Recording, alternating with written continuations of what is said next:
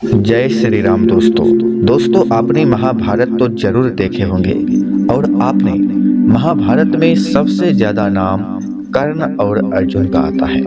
आज हम आपको कर्ण के बारे में ऐसे जानकारियां देने वाले हैं जिसे जानकर आपको हैरानी जरूर होगा। जब महाभारत की युद्ध हो रही थी तब एक दिन कर्ण ने श्री कृष्ण से पूछा कि मेरा क्या दोष था। कर्ण ने श्री कृष्ण से पूछा, मेरा जन्म होते ही मेरी माँ ने मुझे त्याग दिया, क्या अवैध संतान होना मेरा दोष था? द्रोणाचार्य ने सिखाया नहीं, क्योंकि मैं क्षत्रिय पुत्र नहीं था। परशुराम जी ने मुझे सिखाया तो सही, परंतु श्राप दे दिया कि जिस वक्त उस विद्या की तुम्हें सबसे ज्यादा आवश्यकता होगी उस वक्त उस विद्या को तुम भूल जाओगे। केवल संयोगवश एक गाय को मेरा बाण लगा और उसके स्वामी ने मुझे श्राप दिया, जबकि मेरा कोई दोष नहीं था। द्रौपदी स्वयंवर में मेरा अपमान किया, इसमें मेरा क्या दोष था?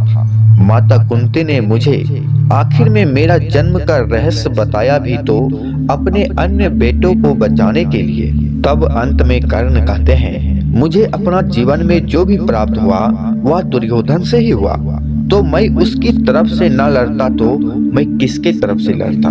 ये सब प्रश्न सुनने के बाद श्री कृष्ण क्या जवाब देते हैं ये आप जरूर सुनिएगा। कृष्ण ने उत्तर दिया, कर्ण, मेरा जन्म कारागार में हुआ। जन्म से पहले ही मृत्यु मेरी प्रतीक्षा में घात लगाई थी। जिस रात मेरा जन्म हुआ उसी रात माता पिता से दूर किया गया। तुम्हारा बचपन खड्ग, रथ, घोड़े, धनुष और बाण के बीच उनकी ध्वनि सुनते हुए बीता। और मेरा बचपन मुझे ग्वाले की गौशाला मिली, गोबर मिला और खड़ा होकर चल भी नहीं पाया, उससे पहले ही कई घातक हमले मुझ पर हुआ। मेरे पास कोई सेना नहीं, कोई शिक्षा नहीं, लोगों से ताने ही मिले कि उनकी समस्याओं का कारण मैं ही हूँ। तुम्हारे गुरु जब तुम्हारे शौर्य की तारीफ कर रहे थे, मुझे उस उम्र में कोई शिक्षा भी नहीं मिली थी। जिस कन्या से मैंने प्रेम किया वो मुझे नहीं मिली, और जिससे विवाह करने पड़े, जिन्हें मेरी चाहत थी, या उनको मेरा राक्षसों से बचाया था। मेरे पूरे समाज को यमुना के किनारे से हटाकर एक दूर समुद्र के किनारे बसाना पड़ा। उन्हें जरासंध से बचाने के लिए रण से पलायन के कारण मुझे भीरू भी कहा गया। अगर दुर्योधन युद्ध जीतता है तो मुझे बहुत श्रेय मिलेगा। धर्मराज अगर जीतता है तो मुझे क्या मिलेगा? मुझे केवल युद्ध और युद्ध की निर्माण हुई समस्याओं के लिए दोष दिया जाएगा। एक बात का स्मरण रखना कर्ण, हर किसी को जिंदगी चुनौतियां देती है।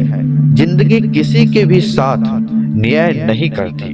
दुर्योधन ने अन्याय का सामना किया और युधिष्ठिर ने भी अन्याय भुगतता है, लेकिन सत्य धर्म क्या है यह तुम जानते हो।